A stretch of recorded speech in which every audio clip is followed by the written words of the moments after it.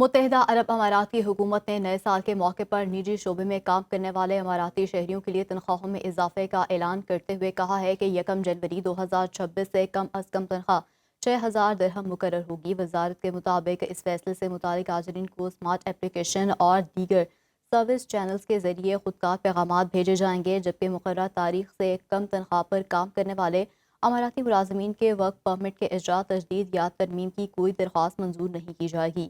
وزارت نے واضح کیا ہے کہ اگر 30 جون 2026 تک تنخواہیں اپ ڈیٹ نہ کی گئیں تو 1 جولائی 2026 سے متعلقہ اداروں کے خلاف تادیبی کارروائی عمل میں لائی جائے گی۔ ترکیہ کے اسرائیل کے صومالی لینڈ کو آزاد ریاست تسلیم کرنے کے فیصلے کی مذمت۔ ترک صدر نے استنبول میں صومالی ہم منصب سے ملاقات کی۔ مشترکہ پریس کانفرنس میں صدر رجب اردوان کا کہنا تھا کہ اسرائیل کا صومالی لینڈ کو تسلیم کرنے کا فیصلہ غیر قانونی اور ناقابل قبول ہے۔ طیب اردوان نے ترکیہ کی جانب سے صومالیہ کی خود مختاری اور سالمیت کے دفاع میں مکمل حمایت کا اعادہ کیا۔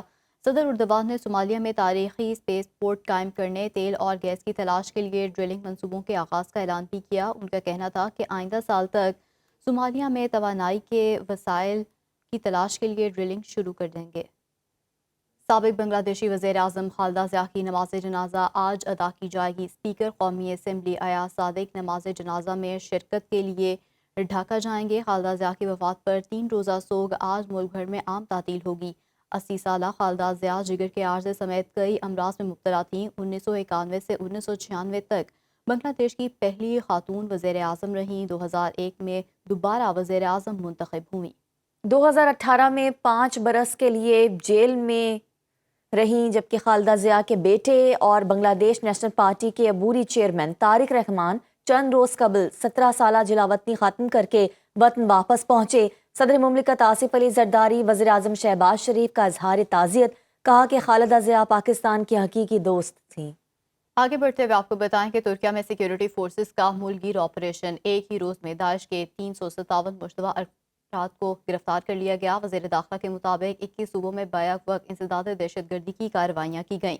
صوبائی پولیس، انسداد دہشت گردی اور انٹیلیجنس یونٹس نے مشترکہ طور پر کارروائیوں میں حصہ لیا۔ وزارت داخلہ کے مطابق ترکیہ دہشت گردی کے خلاف زیرو ٹالرنس پالیسی پر عمل پیرا ہے اور کسی بھی دہشت گرد تنظیم کو ملک میں سرگرم ہونے کی اجازت نہیں دی جائے گی۔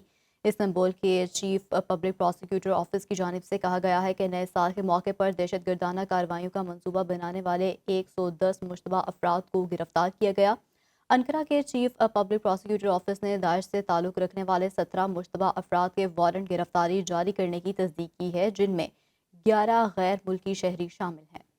جرمنی میں فلمی انداز کی بڑی بینک ڈکیتی کی واردات، چور بینک سے 30 ملین یورو مالیت کی اشیاء لوٹ کر فرار ہو گئے۔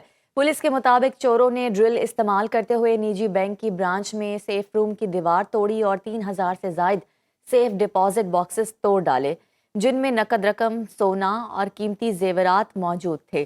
پولیس کا کہنا ہے کہ واردات انتہائی پیشہ ورانہ انداز میں کی گئی۔ تحقیقات کے مطابق ملزمان قریبی پارکنگ گیرج کے ذریعے بینک میں داخل ہوئے اور اسی راستے سے فرار ہو گئے۔ سی سی ٹی وی میں سیاہ رنگ کی گاڑی گیرج سے نکلتے ہوئے دیکھی گئی، تاحال کوئی گرفتاری عمل میں نہیں آ سکی ہے۔ متحدہ عرب امارات کی حکومت نے نئے سال کے موقع پر نجی شعبے میں کام کرنے والے اماراتی شہریوں کے لیے تنخواہوں میں اضافے کا اعلان کرتے ہوئے کہا ہے کہ 1 جنوری 2026 سے کم از کم تنخواہ 6,000 درہم مقرر ہوگی۔ وزارت کے مطابق اس فیصلے سے متعلق تاجرین کو اسمارٹ اپلیکیشن اور دیگر سروس چینلز کے ذریعے خودکار پیغامات بھیجے جائیں گے، جبکہ مقررہ تاریخ سے کم تنخواہ پر کام کرنے والے اماراتی ملازمین کے ورک پرمٹ کے اجرا، تجدید یا ترمیم کی کوئی درخواست منظور نہیں کی جائے گی۔ وزارت نے واضح کیا ہے کہ اگر 30 جون 2026 تک تنخواہیں اپ ڈیٹ نہ کی گئیں تو 1 جولائی 2026 سے متعلقہ اداروں کے خلاف تادیبی کارروائی عمل میں لائی جائے گی۔